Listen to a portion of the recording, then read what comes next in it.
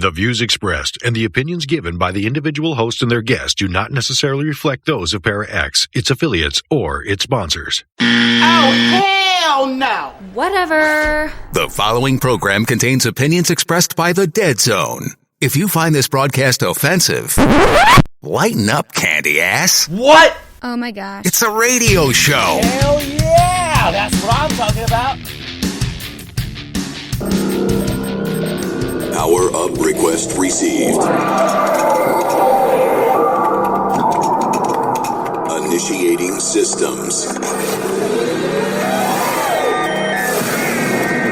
Powering up transmitters. Welcome to the Dead Zone. Wait a minute. Kill this.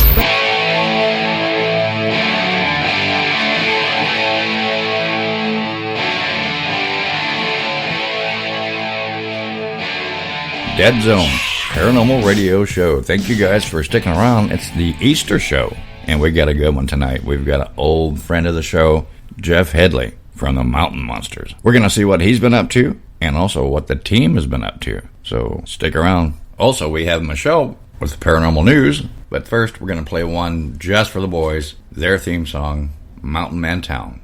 Very cool tune by the American Cowboys.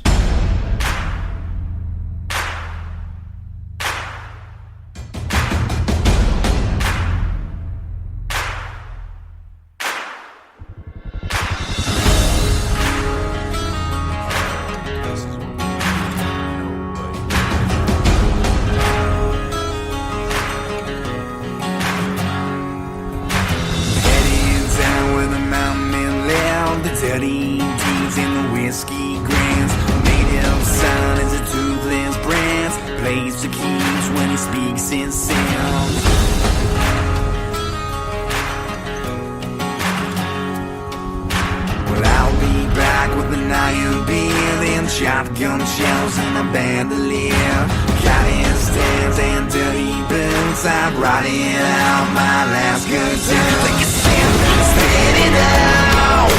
I got a split in this fucking man's mouth. Take a sip, spit it out. It's just time to burn in this mountain man town. Take a sip, spit it out. It's time to burn in this mountain man town. Take a sip, spit it out. Mountain Man Town.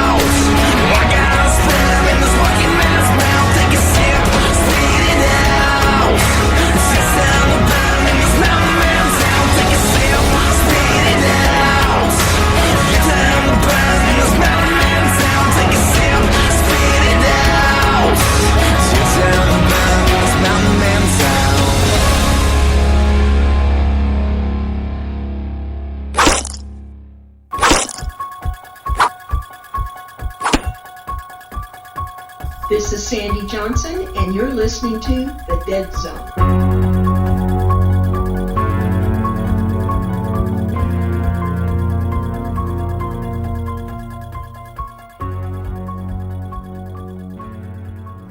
Hey, it's Michelle again, doing paranormal news and events on The Dead Zone. This week's episode is brought to you again by me, Michelle Poi, Associate Broker at Seasons of Indiana Real Estate.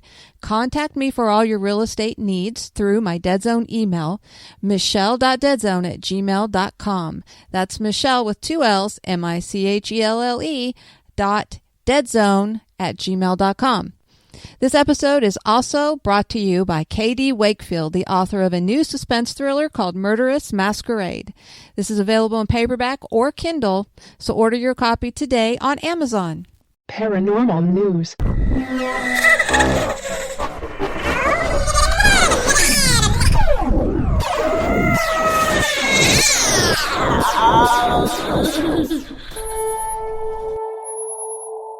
Hey everyone, it's Michelle. I hope you're all doing great, feeling well, and enjoying this great weather that we've been having. At least in our area, it's been pretty nice. So on Coast to Coast AM, I found a recent article dated today titled Perturbed Town Council in England Rejects Request for Ghost Hunt at Historic Site. This was written by Tim Binnall.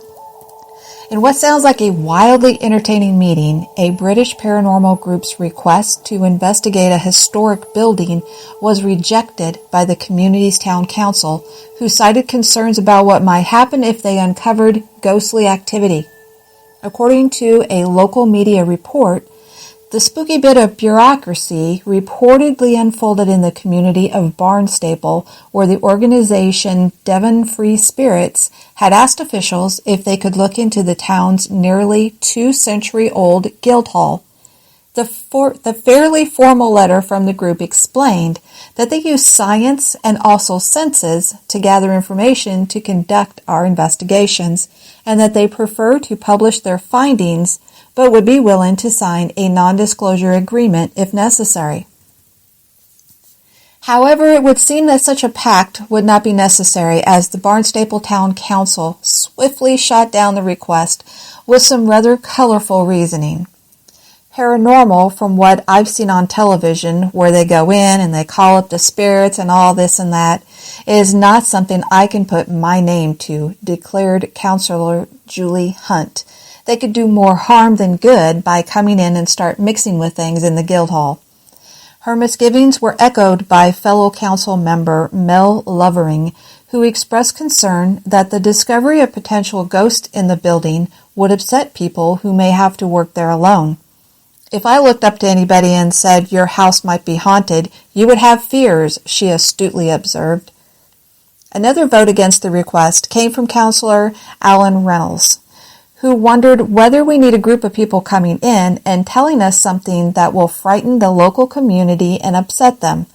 And what one assumes was a clever pun, board member Arthur Windsor told his colleagues that he had grave concerns about the request, indicating that I have heard enough mumbo-jumbo and the rest of it concerned around paranormal events that I personally would not endorse it happening. He went on to muse that I have grown up believing that you don't mess with what you don't know and understand. I personally don't know enough about this. It was not all bad news for the Devon Free Spirits, as one member of the council displayed a rather savvy understanding of the paranormal. Board member Alan Reynolds argued that opening up the building to ghost hunters could be a great way to raise money for the community, noting that the National Justice Museum in Nottingham is a popular destination for paranormal groups willing to pay for access to a spooky location. He posited that perhaps the town should consider getting in on the proverbial action by way of the Guildhall. Alas, it would seem that his pitch fell on deaf ears, as the council ultimately rejected the group's request. Whether you're listening at home, at work, or anywhere, thanks for making Para X part of your day. Your source for everything paranormal, Para X. This story from Coast to Coast AM is written today, and it is titled Plague Doctor Busted by Scottish Cops. This was written by Tim Binnall. A young man in Scotland received what one presumes was a stern lecture from police after he was caught roaming around several towns while dressed as a plague doctor. The mischievous lad, clad in the creepy costume, was reportedly first spotted in the community of Bonus a few weeks ago, and then subsequently appeared in a number of nearby villages. Particularly worrisome to parents is that the mysterious stranger was often seen outside schools and, on a handful of occasions, actually spoke to or chased after some children who were understandably terrified by the unnerving individual. The presence of a plague doctor in their communities quickly became a hot topic of discussion among residents on social media, with many people expressing anger over the individual's antics. Fortunately, it would seem that the proverbial reign of terror may have come to an end, as police in Scotland issued a statement saying that they were aware of the reports and had identified the male youth who was seen. According to the authorities, he has been visited by officers who have offered appropriate advice to him, though they conceded that the young man had not technically done anything illegal. Not unlike the creepy clown phenomenon, phantom plague doctors have become something of a trend in the United Kingdom since the pandemic started, with sightings in various communities popping up in the news over the last year or so. Perhaps the most prominent case unfolded in England last May, when police identified a teenager who had caused a similar stir in a small community by silently roaming the streets in the eerie costume. As with the young man in Scotland, the British teenager was spoken to about the consequences of his actions and advised to hang up the robe and mask before someone wound up getting hurt. Okay, let's do one more before we get to Jeffro. This one's called Chicken Foot by John 5. Oh, and by the way, we'll get to your questions too. Chicken Foot, really? Good Lord. Oh, Sugarfoot, John 5.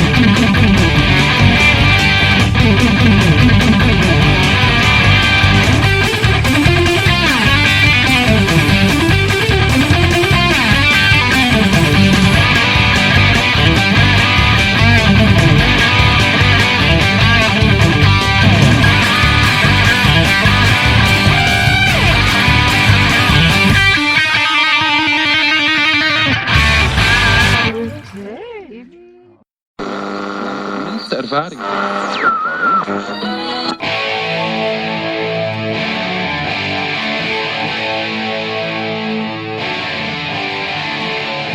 Are you in a band or know of a band that is currently unsigned and looking for airplay for free? We want to hear from you. One of the main goals of the show is to help promote up-and-coming bands and artists as well as our paranormal community. Getting your name out there can be tough, especially these days. Shoot us an email, deadzonebooking@gmail.com. If your music fits our genre, hard rock, 80s, 90s metal, and new metal, we want to help.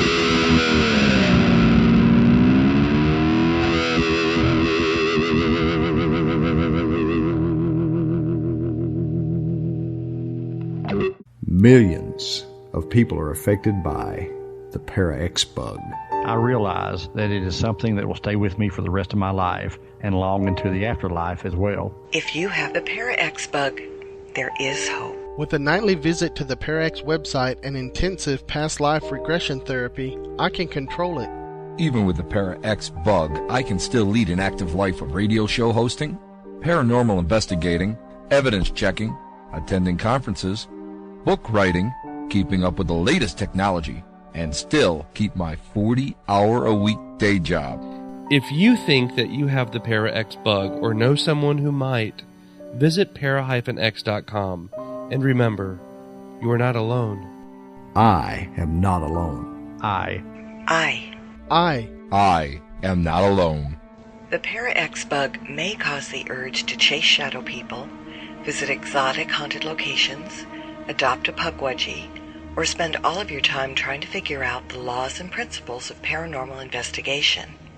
Listening to Para-X may increase these effects. Sudden visions of full-body apparitions, or feeling the covers being pulled off you in the middle of the night by unseen hands, may also be signs of exposure to the Para-X bug. The use of Para-X may be habit-forming, and an overwhelming desire to provoke spirits may be a serious side effect. If these symptoms last more than 4 hours, you should quickly consult a trusted witch and have her cast a "What the hell are you thinking?" spell on you. If symptoms persist, please contact the Para-X Radio Network Homeland Security Team for further instructions. The Para-X bug may cause urges for late-night speaking with spirits and ghosts. Listening to Para-X may increase these effects. Overwhelming desire to try provoking a spirit may be a serious side effect. Those with Para-X bug effects lasting more than 4 hours should consult Para-X or see a professional. Sudden outbursts at the mention of orbs may be a sign of exposure to the Para-X bug. Use of Para-X may be habit-forming. Use caution when engaging in Para-X chat. Your source for everything paranormal, Para-X.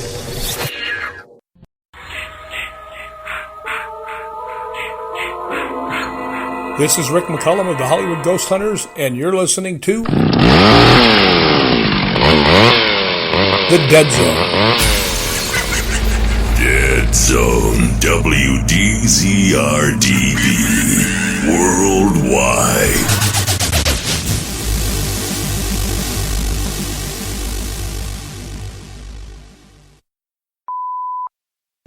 If all radio stations in town were palm trees, we'd be the one with the biggest coconuts. Now, here are the one, the only Dead Zone.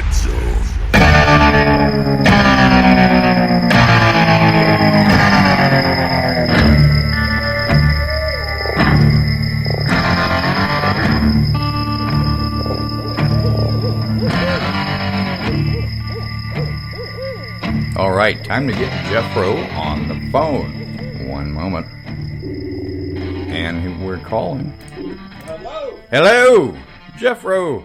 Did I blow you away? I'm sorry, I got too close to the mic. How are you doing, my friend? Can you hear me? Hello? Can you hear me? Oh, that was good. That was kind of good. Yeah. Okay. All right. All right. What's up? Get a little closer, man. I'm not too loud for you, am I? No. Okay, well, get as close as you can because it's still really, really hard to hear you. Well, maybe try that. Okay. How's that? Oh, that's much better. Yeah. Okay. All right. Well, hey, man, it's been a long time. Backups and stuff right here. Yeah. Because I don't want to sit there and hold it. Okay. How's that? Okay, that's better. Yeah. It's been a long time. How you been doing? I miss you guys. Oh, I've been just getting along like crazy, man. This COVID virus is something that has affected the whole world, and yeah, well, in fact, today I just got my shot. I know you just got that shot. We talked about that on Wednesday, right? I'm not gonna do that.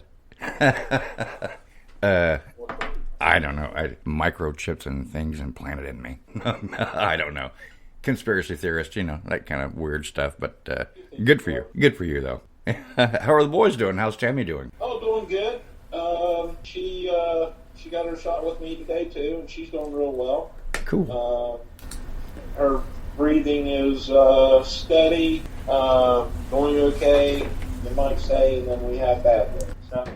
Nothing I can do about them. Right, that's to be expected, I guess. Yeah, right. Kate, my oldest, is doing real well, and And then Alex, you knew he had a little one, right? No, I did not. Yes, Wow. my youngest son had a little boy. His Oh. name is Winston. He's just as cute as can be.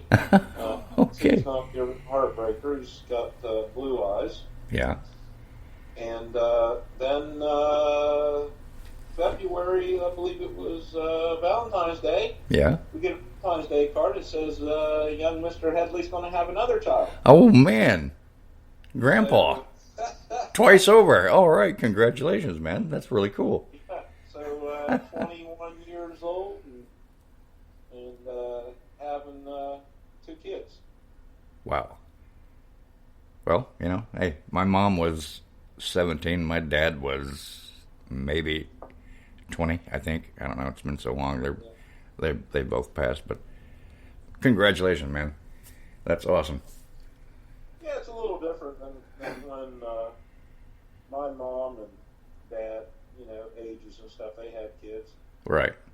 Well, like me, like me and Michelle. I mean, we had Brandon, and we're old as dirt now, and he just turned. Well, he's going to turn 19 in this October. You know. Oh, okay. Yeah. Anyway, who cares, right? What? Anyway, so what have you been doing during this pandemic? I know that you've been going to or trying to meet and greets with Kirkland, right? Yeah. He hasn't. It's the schedule for the meet and greets are sketchy. Yeah. Because of the circumstances. Yeah, because we all can't go every time, and then we all can't be there all the time, and then sometimes the just straight out, people need to be aware that the people that are having these meet and greets is very, very expensive, not for the talent, but it is, but overall, we're setting it up, advertising and everything to make it successful. Oh, yes. Hey, Yes, I know. Man. I know, man. But they can only maybe afford 1 or 2 of the guys, and everybody's got their favorite character. Yeah. And favorite guy, and that's me too, Yeah. I agree. I know. I understand completely. I know. Believe me, I know. That's cool, but maybe like we talked about the other day, in the future, you and Rip might have something to announce a little later on. We'll see. That'll be cool. That will be great. What have you been doing yourself, especially with the Trading Post? Well, I'll tell you what. My life changed a whole bunch right before we filmed this 2 seasons ago. Yeah. And I am just at a small, very proud of it. It's called Peddler Junction. Okay. Right there, Opry, Ohio, 1818 Washington Boulevard. I typed that so many times today, my fingers were so and I put my stuff up on my eBay site, and sometimes they let me share it over on Facebook, and I appreciate all the fans putting up with that. Yeah. But this was an item that needed to be hand sold to see, and then you got to look at COVID virus. Flea markets are rough. Right. I mean, rough. Right. I mean, and that's one of Michelle's favorite things to do is to go to a flea market, and they're not around anymore. Yeah. So it was a $6 million man Bally pinball machine. Wow. Made in the 80s. Yeah. Only made 100,000 of them, and I think I had 100 messages. Right. And the guy's going to actually pick it up Monday. Wow. A lot of disappointed people because they were in line to get it, and it wasn't a lot of money. It needs work. I mean, you aren't going to sell a premier item for nothing. Right. And I just finished that up. Right. Well, that's a collector's item, right? I mean, it's a collector's item, so Yeah. What are you going to do, right? Yeah. And also, too, like we talked about, you've been selling some unique stop signs that I had no idea that you did. I was like, what? You did those?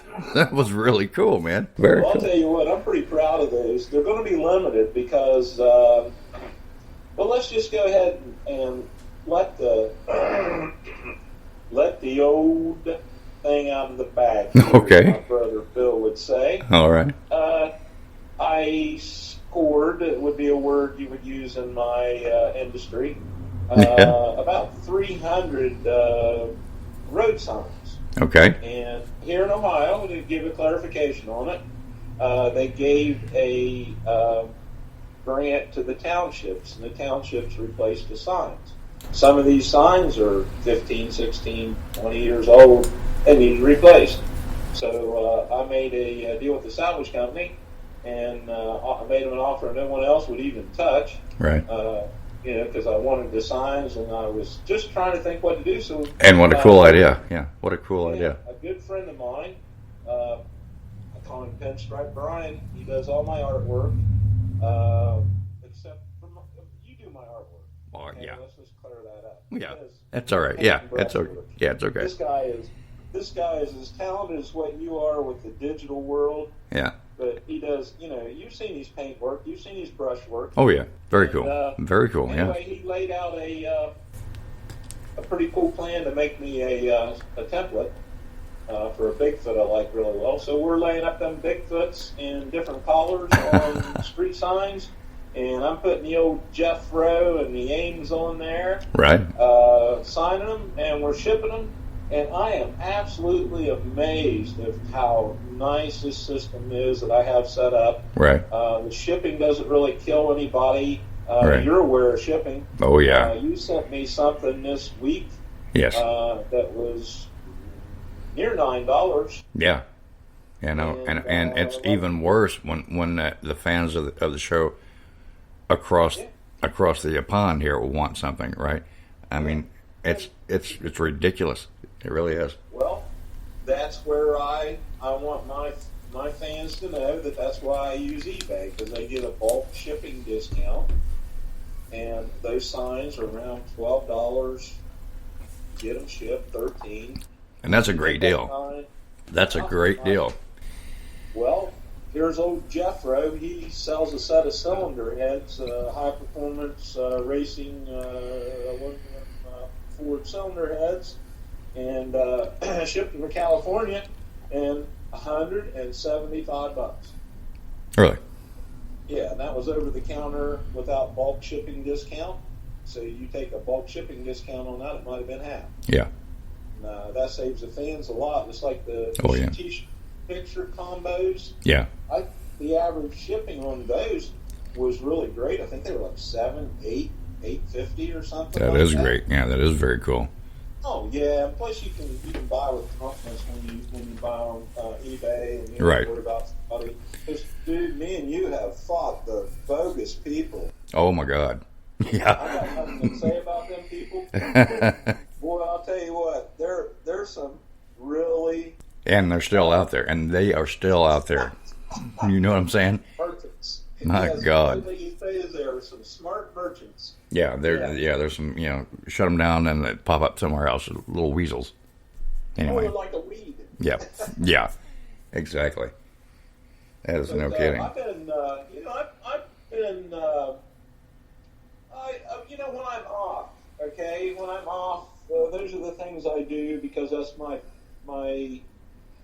to-go-to place when I can think about other things. You're right. And, I've been doing a little bit of research here for just getting hungry about some spring.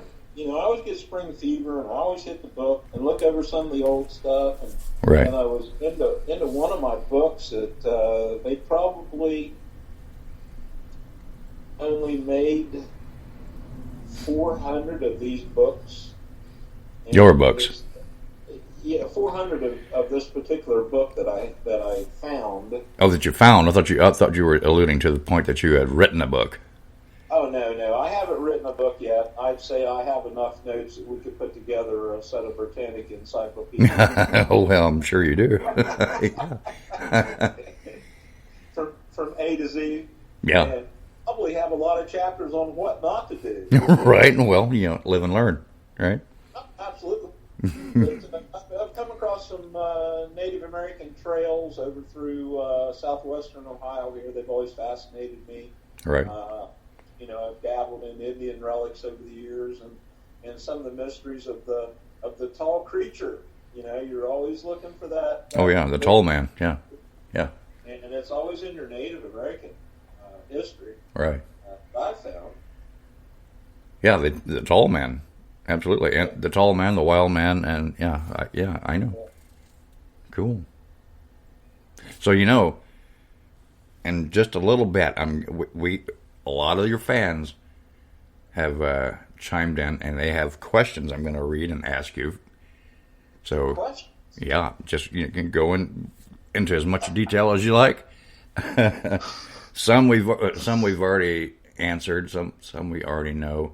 Evidently, some people haven't seen the entire series, the entire show, and it's kind of evident, and in some cases. But you were recording that. You're recording now, aren't you? Yes, we are. Yeah. Okay. All right. Well, I thought so. Yeah. If you want to hit some of those questions, I tell you, Okay. Go ahead. I'm sorry. I wrote my letter to Michelle about you guys asking me to be on the show, and I know we've known each other for a long time. Oh yeah. And I know that Michelle knows me, and the old saying is about Jeff is to know him is to like him, and not to know him is to hate him. And Michelle, I sent her this jokester of a return letter of all the things I can do. Right. And I don't know what you've seen or not. I got a kick out of it because I was thinking, I really didn't know I could do all that stuff. No, I haven't seen it. No. Just like old Red Green, either the women find me handy or they're going to find me handsome.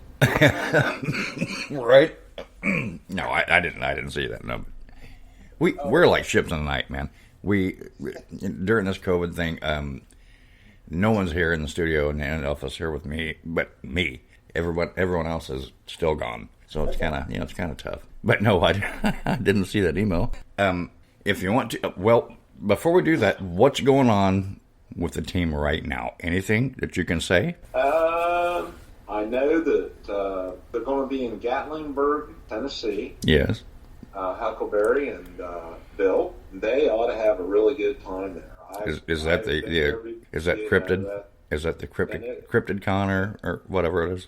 I think it's just a Bigfoot convention, and there's 2 of them down there this year. Yeah. I think Cliff is going to the other one, Cliff Bergman. Right. And I'm not sure that the dates don't coincide or together. I didn't do that much research on it. Right.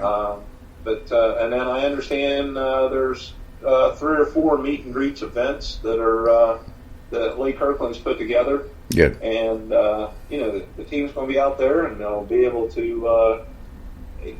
Fans will just be able to walk up and touch them. Just. That's awesome. That's what everyone wants, right? I mean, we had talked about Crypticon a couple of months back, and I thought, I did. I went to the website. I did not see you boys there, right? I went back again, and now they've updated the website, so I think it's Crypticon, right? And you guys are going, all 4 of you there, right? I won't be able to make that one. You're not going to be there? Are you sure? I'm not going to be at Crypticon. Buck, Willie, and Huckleberry, and Bill will be there. Okay, I thought you were there too. I thought I saw you. I kind of was on there poking around maybe a couple weeks ago, and that might be last time they were going to have it, and then it got canceled. Maybe so. You might be right. See, with Tammy, my wife. It's kind of hard for you to. Yeah, I get it. And my mother. Yeah. Okay. I have to do a lot for my mom. Right. We haven't got her moved here to the area yet. We're going to move her up here. My son is, my oldest son is such a guy. Okay? Yeah. He's a good guy. He makes me cower my head at times and bring tears to my eyes. He's such a good person. Right. Those are good-looking boys too. You have them as your Facebook, your Facebook cover or whatever. Yeah, some good-looking boys. And he's remodeling his house, and it's not that my mom can't afford, but she's okay. And but but he's going to move her into that house and move her up here to Beverly, and we're accommodating the house to fit her needs. Good for you guys. That's awesome. Very cool. And it's a long time since I did drywall. The last time I did that, I Michelle was a manager at a theater in town, and I did her office, redid her office, and what a joke. What a joke. Well, see, I live in a plaster house, and the walls crack and the chunk will fall out. Oh, yeah. And it's an old house. And yeah. So then you got to take a saw, cut out a piece, put a piece in, and fit it and everything. It's like, oh, my goodness. He lives in a neighborhood that's just an unreal neighborhood, but it was a 60s mid-century house. Right. And it has paneling. Oh, yeah. They didn't put drywall up, but they well insulated. So here we are, we're popping the paneling and pulling the receptacle boxes out, putting in windows if it needs it, and it doesn't, but it doors, yes, and updating the bathroom and, doing the cool stuff. Yeah. But, it's been a long time since I've done that kind of work, so it's not all that hard. Yeah, it's not that hard, but, you get a little older and it gets a little harder. Are you trying to say that I'm getting older? No, I'm older than you, I think. My God, if you were a little bit closer, I'd just reach out to you. Like a half a gallon of moonshine. But I bought this desk, and I probably have hunted for this desk for a long time in my life. It's called a cylinder desk with bookshelves on top, ratchet shelves. Oh, nice. And glass front doors, and the cylinder rolls up. Oh, wow. Made about 1870, and it's got a writing area that pulls out. It's made out of walnut, and it's just killer. So I've been putting my memorabilia from Mountain Monsters. Okay. I want to tell you that I have some fans out there. We were just talking about moonshine, and I found this whole bag full of little testers and everything, and I'm going like, oh, do I drink that, or what do I do with it? So I got it up on the shelf. It's going to just have to be for special occasion. Right. And then there was something I've never opened. I think, haven't you? Do you like Jack Daniels? I used to drink Jack Daniels, but when I do, I become another person. You so a Huckleberry? Yeah, I quit. Yeah, I had to quit that. Yeah. Yeah, I really do, man. It's not good for me. Well, it's not good for anybody when those things happen. Yeah. So I got my original bottle that Destination America that had sent me for the opening show, Fifth of Jack, and I put it in my memory area there, and I'm like, oh man, I got so much stuff, letters from fans and little. Who would have ever thought that you're just a run-of-the-mill stinking guys. People, they got us on these little pedestals, and it's hard to accept that I'm not on a pedestal. Neither is anybody on this team. Yeah. But they put us up there in their eyes. And, It's the show. It's you guys. Show. It's you guys together, your chemistry together on the show, and what you do, and what a lot of people want to do, right? Yeah. But you take, let's see, who did I tell this to? I said, we're hillbillies. Sometimes we might be talking a little loud to each other, but it doesn't mean we hate one another. We're just making sure the other one can hear what we got to say. Right. You understand my meaning, right? Yeah. And that's a crazy one, but I'm tickled with everyone I work with. Those guys right there, when we're at it, we're doing it. And I'll tell you what, it's like a symphony. Right. And it's great, and it works, and that's why you guys still have, the Ames team still have a show on Discovery, the Mountain Monsters. Well, I think and we've got a production team. They've got used to us, and we've gotten used to them. I'm putting it right out there for Cold Straw. I was going to say earlier when we first talked, I need you to speak up because you're really hard to hear, and you still are, by the way. Well, I'll work on that before we. Well, how's that? That's good. That's better. That's much better. Let's see if I got the volume right or not. What I was going to say is we don't have straw money, Oh, well, I can't I just can't even say something I said the other day. Yeah. You're fine. Say it, but it would lead into things that Yeah, you're fine. Don't worry about it. But anyway, it was funny because I made somebody really chuckle. I made a straw joke. Yeah. Okay. Yeah. And they really know this guy. Okay. Yeah.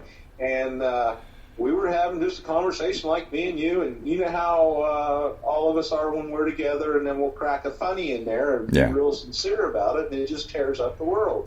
Yeah. Well, I tore her up. Shame on me. I'm just a different kind of guy. Yeah. Well, you got to be yourself. Yeah. If you're not yourself, who the hell are you, right? You know that. That's right. Okay. I've stood my ground, believing in who I am and my words. Right. To the point a guy might have to put a Band-Aid on. All right. But so that the United States of America stand up for themselves, and if we have to put a Band-Aid on in proving our point, they do the same thing. Exactly. Exactly. And, we got a couple guys that served on the team there, Huck and Bill. Oh, yeah. And that's something very to be proud of. And then, absolutely. Trapper, he served in a different time. Oh, yeah. And I've seen the photos that his daughter. Awesome. Oh man, just awesome. Those are and cool. That Laura, she's something else. Yeah.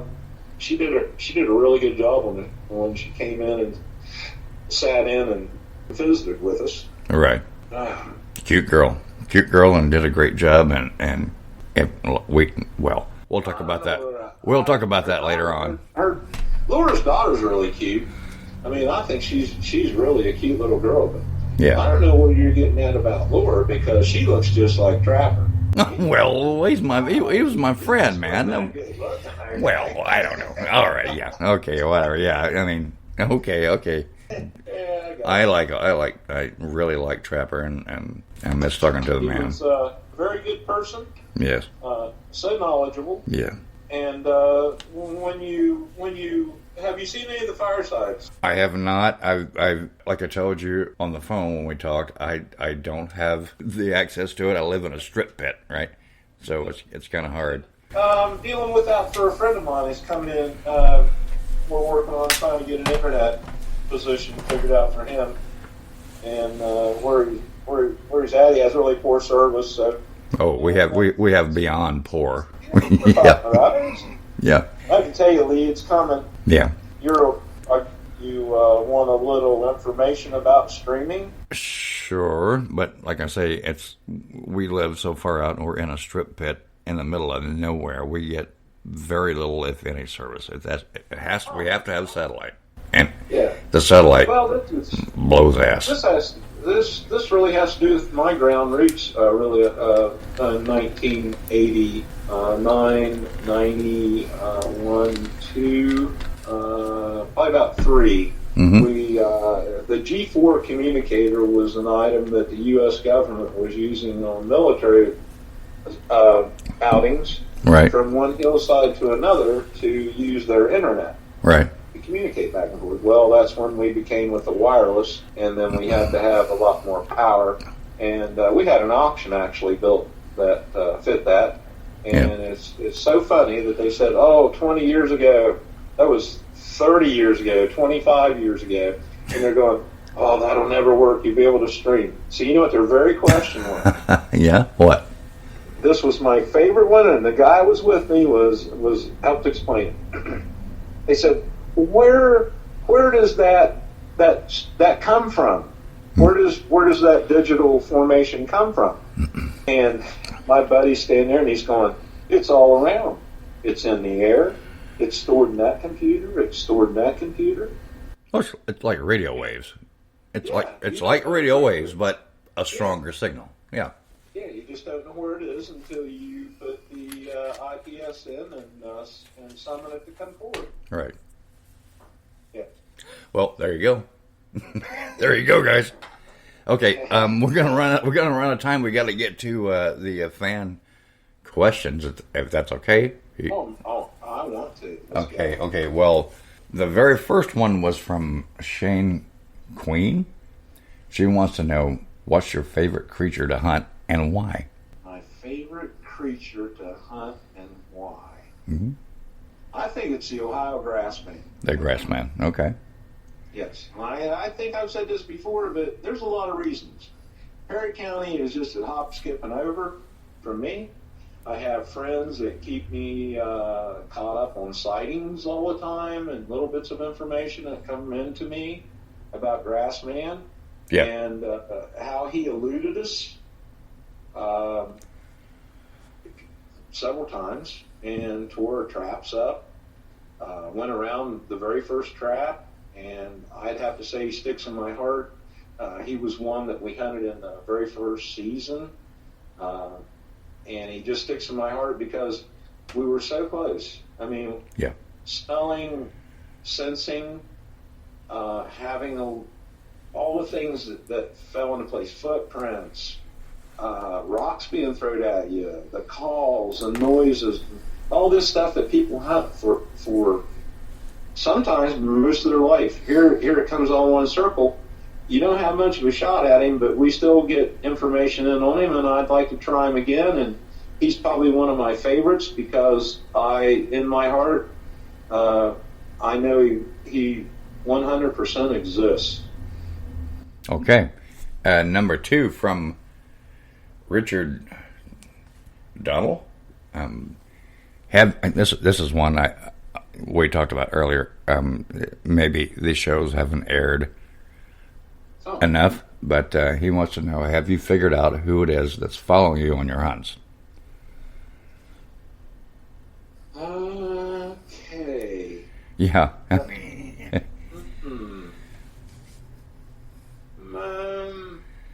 We were so close to figuring that out when Trapper was so active. Yes.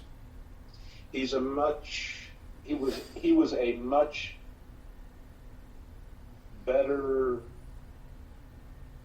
person to be able to find these people. He kind of started thinking a little bit like them, Yeah. And then when I caught him in the woods, and then the camera guy caught him and started following us. They were in that apple orchard following us, and then we've seen people out all the time. I'd have to say the information I have is just going to have to stay confidential. Okay. Fair enough. Fair enough. It's the best way to answer it, because I had to slap myself on the hand because I'm very aggravated at the whole situation too. Let's say we've nipped the problem in the ass, and that we're good to go without followers. Yeah. So no one's following the team now, right? As far as you know. As far as you know. As far as you know or can say. Okay, now last season. Okay. A guy popped up in the woods. I caught him on camera. Yeah. I caught him on my thermal. And see, what I've said may not be the truth. Right. I don't know who that person was. We did later find a guy that was hiding out, that was one of the loggers in the cabin. Right. And, there's more to that man being wounded. He was hurt bad. And, oh, man. And I just don't know whether it was the same person. The guy that I caught on camera and the way he moved through the woods, I don't care who you are, he had to have night vision on. Yeah.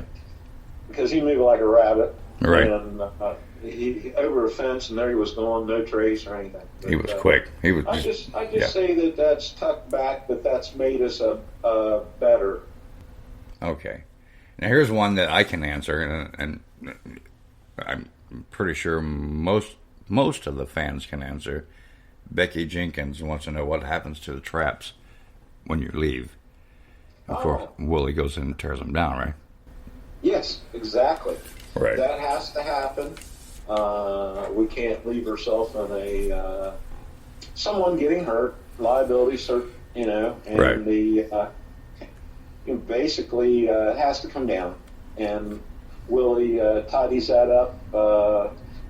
and we put the land back the way it was, right, as best we can. Yes. So it's undisturbed for the wildlife that's in that area. Right. Okay. Yeah. Felicia Henderson wants to know when and what got you interested in cryptids. When and what? That's a long story, right? Yeah, I've told it, and I've told it, and I've told it, and told it. It's a depressing story. Yeah. Last season we had a COVID break in the filming. Right. Then we came back and finished the season. We got done while it was in editing. A few things turned up about possibly one of the, to the reasoning of why I joined the Ames team. Yeah. But I just quit beating around the bush.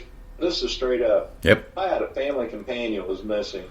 He was a beautiful chocolate lab. He was VIP 13, tattooed in his ear. Right. He was Padre blood. He was a beautiful animal. He was English. He had a blockhead. Yeah. And I was in love with that animal. And when that animal came up missing right before Easter, 4 days before Easter. 4 days before Easter. Yeah. Lab, how about that? Missing. Yeah. Yeah, you think the Easter Bunny ran off with him or something and gave him to another little kid? Well, that could be what has happened. Yeah. He'd be long past. That was 2003, and then I went to Trapper in 2006, and I said, hey, I think there's a problem. I want to learn how to track somebody, and then I wanted to learn how to build a trap. Right. And then as time progressed, we found out there was other people in the Appalachians that were having animals destroyed, mysterious creatures coming up, and then as we grew, that's what made us all, hunt cryptids. Because I just put it this way.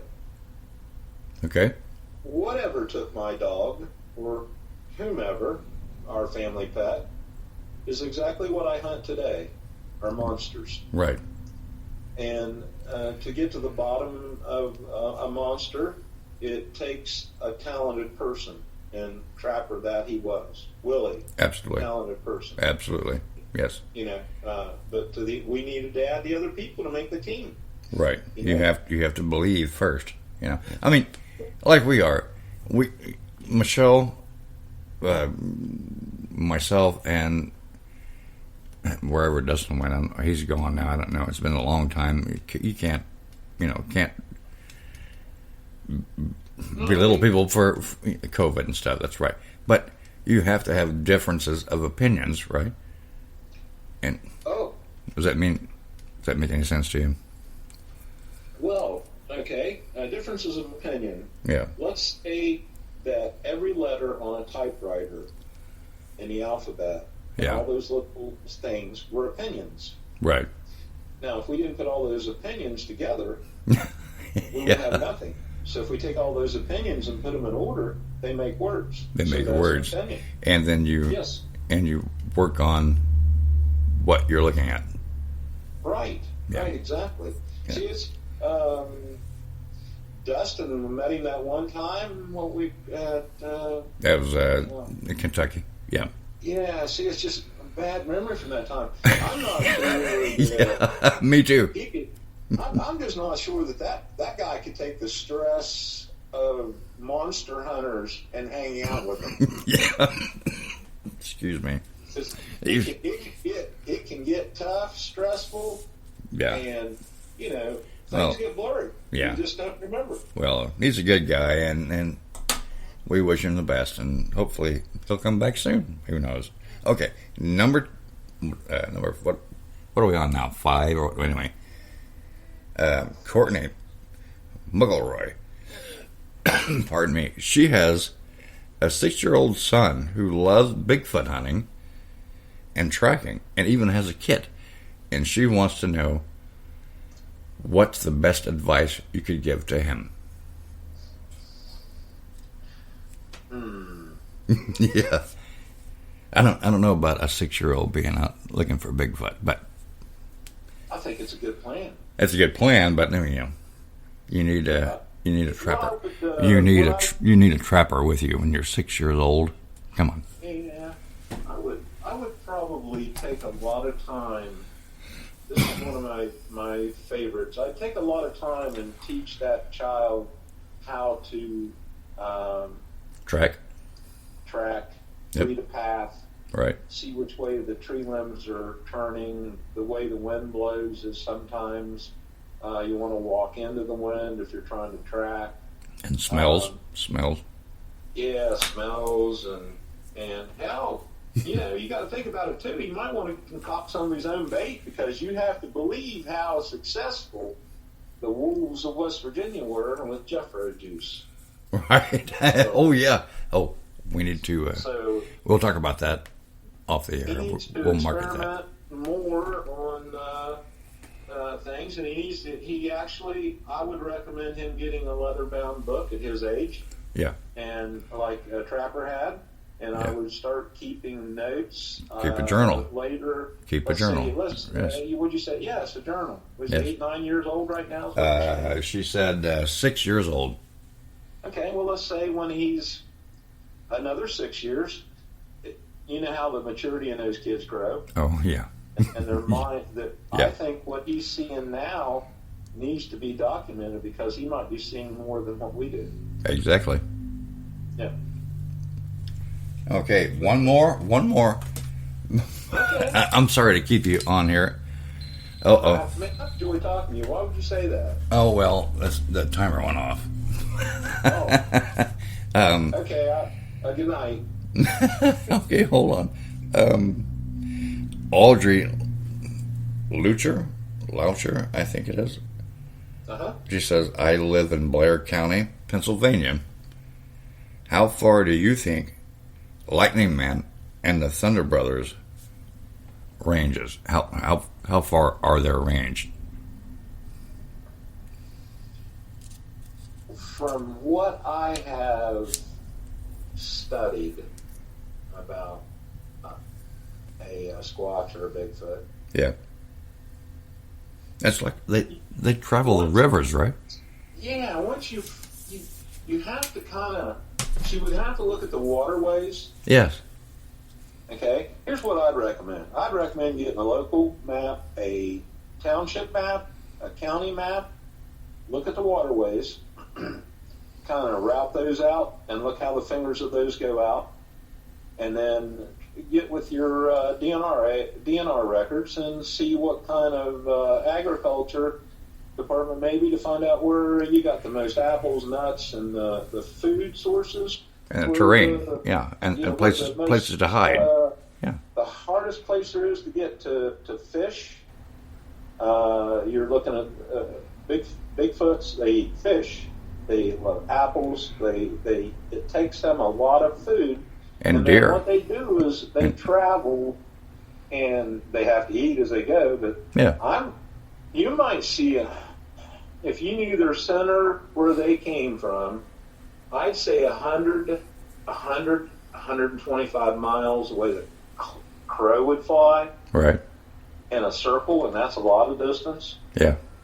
It's pretty hard to imagine them, but you have to also take a look at the waterways with the ridges of with a map that shows the ridges of the mountains. They travel the ridges of the mountains. You could, if you're knowingly how you can save, and I've gotten lost 10 miles out of direction dropping over a ridge. Right. And to 15 miles to get back. Right. And I'm having to say that's why they use the ridge tops for travel. It's easier for them to get to the destination, but you got to really look at what their food sources are and their waterways because they do travel. Well, that and the fact that there are different species, right? I mean, you've got Thunderman, Lightning Brothers, and Whistler, and just do you think they're like tribes? If you cross, you're in trouble. I think you're correct. Trappers and others have called them clans. They do have a way of staying into their own. Yeah. And then, see, there's something that hasn't been proven. Yeah. That as their group deteriorates and passes away, and maybe it doesn't redevelop. Yeah, who knows? Yeah, right. We've often sit and talked and wondered if they don't travel further to find a mate to be able to keep it going, because they do travel a lot. And you just don't see that much evidence. We've only caught evidence of a family unit once. Right, the Whistlers. And yes, Yep. yes, exactly. Yep. And